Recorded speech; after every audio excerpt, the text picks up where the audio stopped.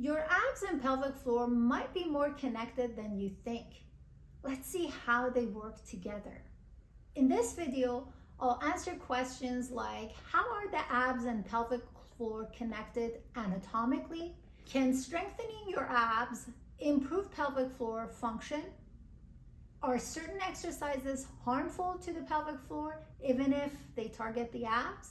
And finally, how does core stability depend on the pelvic floor? So let's begin. The first question, how are the abs and pelvic floor connected anatomically? Here is pelvis. This is the front. This is the back.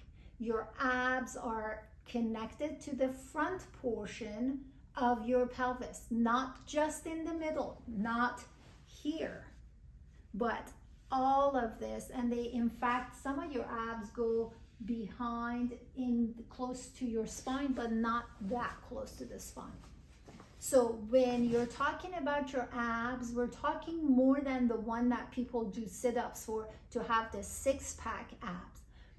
It is 4 layers of abdominals that are on the side of your body and the front of your body to work with the back portion of your body to stabilize the pelvis. When the pelvis is not stabilized, either tilted down or tilted up, is when we start having issues on the muscles in the inside, because these muscles work with the muscles on the outside to try to stabilize the pelvis. And when that's not happening, these muscles tighten up or they get weak. So abs, your abdominals, which is more than your six-pack muscle over here, are directly impacting the stability of your pelvis, lack of which is pelvic floor dysfunction.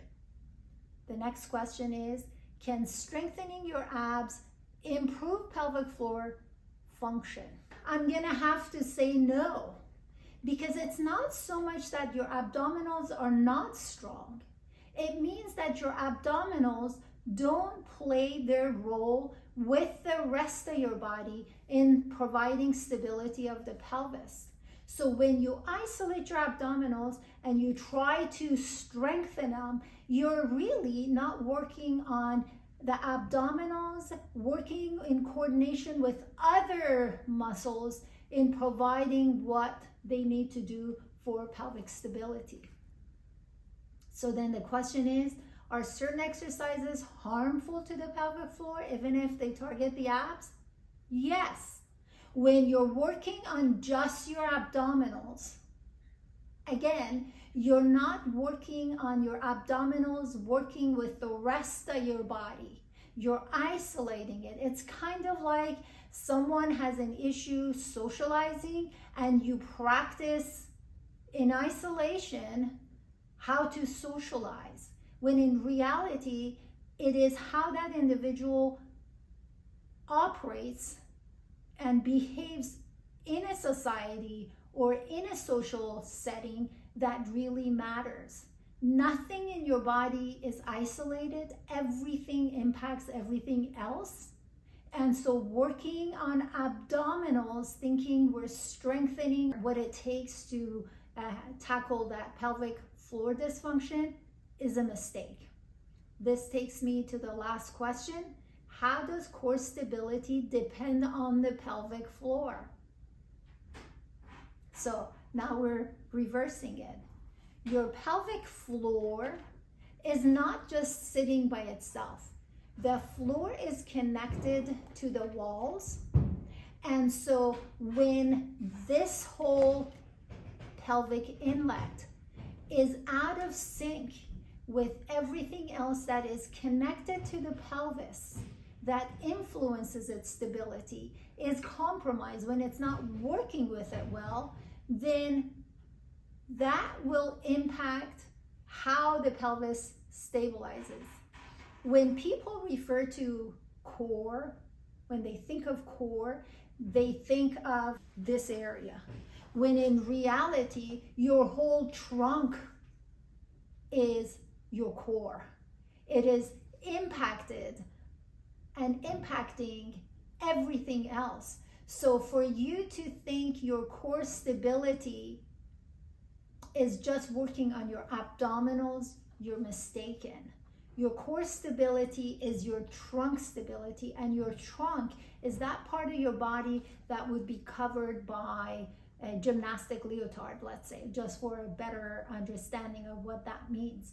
That means your core is impacted by how your shoulders are rolled forward, how your shoulder blades sitting on your rib cage, how these body parts work together. How do they impact each other? Are they moving in sync or not? If you're thinking that that's just impossible to tackle, you're mistaken. This is just like anything else in life. When you understand how to be, and that's the part that we don't do, then you work on being mindful about it. I always say, you understand the principles of driving, you know how to drive, you've shown that you know how to drive, so you can drive in your state, you can drive in a different state or in a different country. We don't understand the concepts and the needs of our body to behave the way we want it to, which is to behave functionally and correctly. We want to see a result, but we don't invest in understanding what it takes, how to provide the ground for these poor body parts to actually perform the very best of what they were created to do. When we take the body part out of its element, what do you expect? I hope this made sense to you. I hope that today is the first day when you will ask the right questions, ask the right why questions, and you pursue what it takes to really get to the root of it for now and for the future. If you liked what you heard, please comment below, like and subscribe to the channel, share it with other people, and please don't waste time. The one thing that you cannot ever replace is the lost time. And when you set your priority on the things that are actually self-induced and self-created, you will never get to the end destination. Sometimes finances gets in the way, which means you just plan on saving so then you can tackle it. Consume all of my videos that I have for free available to you, and try to understand what it takes to have a better understanding of how to be and plan accordingly. Thank you for watching, and until next time, take care.